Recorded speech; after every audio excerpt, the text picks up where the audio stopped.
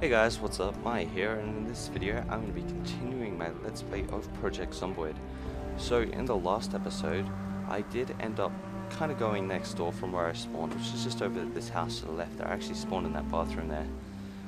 But I ended up running over to this house here. I did end up getting lots of food, and my main reasoning for wanting to come here was basically just because I had a heap of junk food laying on the floor, which doesn't appear to be in my inventory anymore, oddly enough. I may have dropped it. Oh no, there it is, the soda and the tuna. And once again, the reason why I wanted that is because I can hold on to these forever, whereas things like apples will over time kind of deteriorate and start to rot.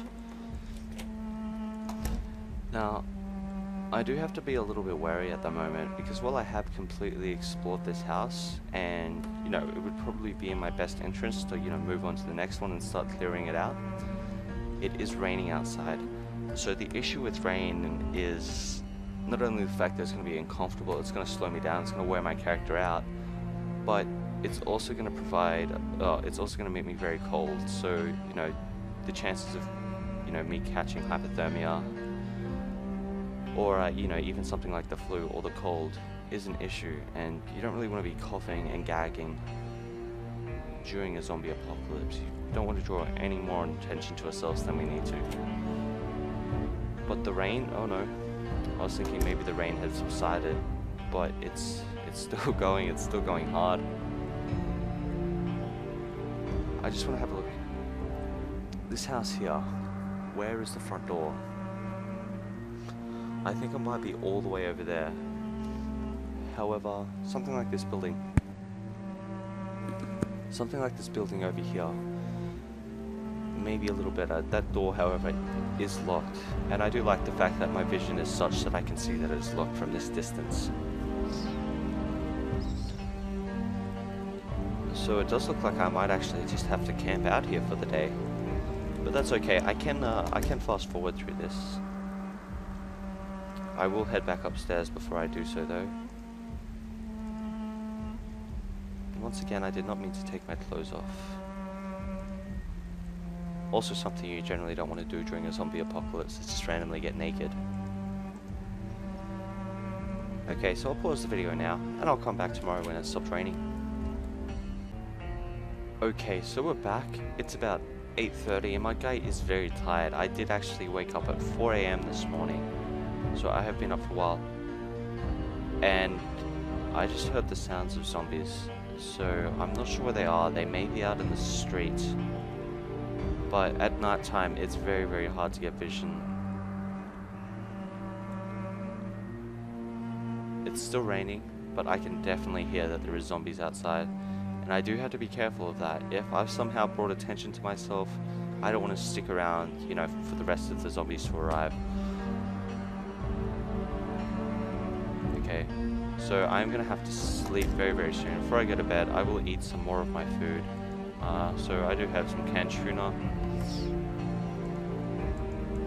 but unfortunately it doesn't look like I can eat it yet, because it's not the canned tuna that actually has the little, you know, pulley top off. You actually do need a can opener, which is unfortunate. So I guess I will be drinking my orange soda, which is surprisingly filling. So off to bed for the first night.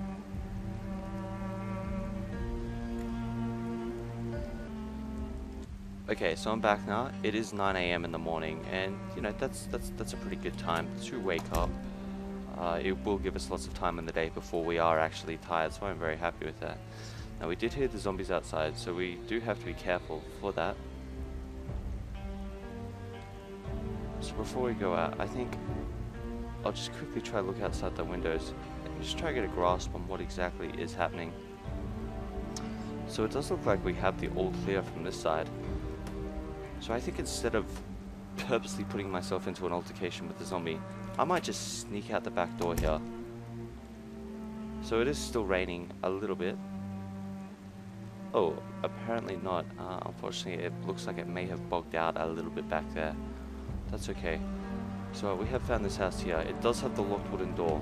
Now, if I chose to, I could break it down with the axe, but I don't think I'm going to do that just yet. I think I'll keep looking around. It is very, very early in the day, and look at what we have here. Whoa! They were glass doors. How come I couldn't see them? How come I couldn't see them? Okay, so the first one's down. We'll close this door quickly. And we're just going to have to quickly take this guy out. Hopefully we can get up behind him and just get one good shot on the back of his skull. And we did. We're able to take him down with one shot, which is really, really good. I'm happy with that. So now I guess it's time to basically just loot this shopping center. So there is actually quite a bit of food on the shelves still, and that is a little bit surprising to me. So for those of you guys that don't actually know, I am from Australia, and last year around January there was actually some pretty nasty floods up here in Queensland, which is the state that I live. And the floods actually originated in my town, so basically that's where most of the damage was done. Everywhere else had warnings. We didn't have any warnings. The flood hit us, and it hit us hard. People died, things like that. My family was relatively safe though, so it wasn't too scary because of where our house was. However, I worked up at the the local Woolworths, and I went up there, and there was no food on the shelves. Every single piece of fruit had been sold. I mean, every single piece of fruit and vegetable, even the things that people don't usually buy, all of it was sold. There was no milk left. There was no water left. There was no long-lasting milk left. There was nothing on the shelves. So I don't think I'd see this in a zombie apocalypse, but it's kind of scary how small disasters can drive people to such great lengths, where they'll literally go to a shop and buy everything out just out of fear. So I did end up getting quite a good amount. I did decide to stop picking up after a little while, but I got a few pieces of bread, some chips, lots and lots of soda, some whiskey, which is also good if I do want to make some Molotov cocktails later on, and some tin food. So there is a zombie just down this way that I do want to be wary of, but it looks like it's just the one. Okay, so I took him down nice and fast. In this building here, it looks like we may find survivors. Okay, we don't want any of that stuff just yet. And I can still hear zombies, however, I can't see any. Okay, so this is a diner.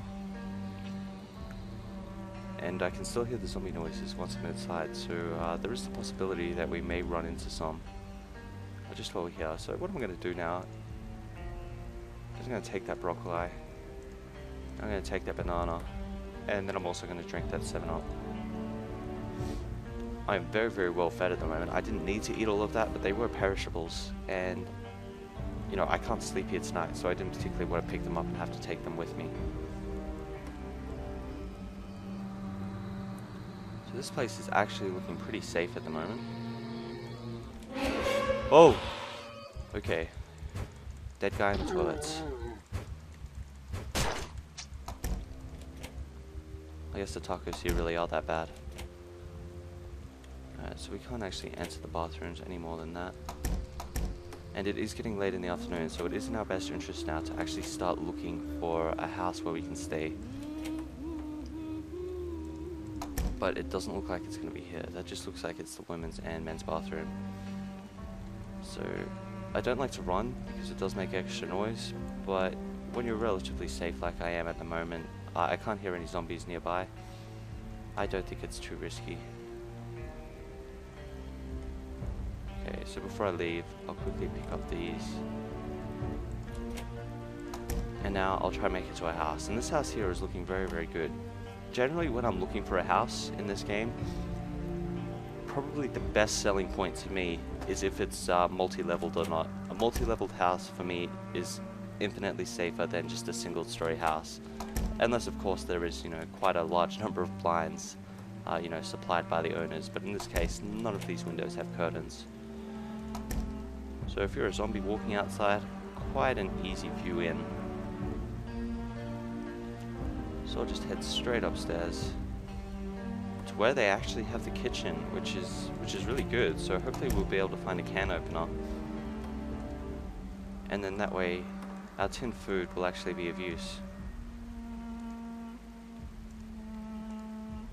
I will take the revolver bullets and the cupcake. And the reason I'm taking things like chocolate bars and cupcakes as well, and you'll probably notice this, I'm not actually going to eat my chocolate bar or my cupcake unless I really need to. Or, you know, if I've had a bad day, I'll go home, I'll eat my chocolate, I'll eat my cupcake. I'm saving it, you know, for more of a morale boost than anything. Okay, so it is 6:40. There isn't much in terms of utensils in that kitchen, so I will just, you know, keep heading upstairs and exploring, see what we can find. And no medicine cabinet in this bathroom, which is interesting. But that's okay.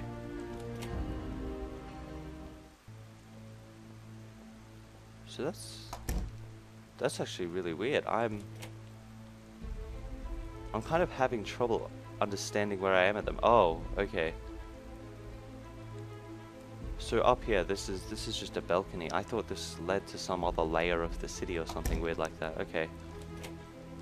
Well, that's good then, because that means the top level is still safe. It's definitely not a selling point to me if the zombies can enter from the top floor and the bottom floor, because either way you're kind of screwed. I will go back downstairs now. It is getting late, I am drowsy, and it is time for bed. So I will be ending the video here. If you guys liked it, be sure to give it a thumbs up, favorite, and subscribe. And also be sure to check out my channel for more Project Zomboid videos, and that will be linked in the description below. See you very soon.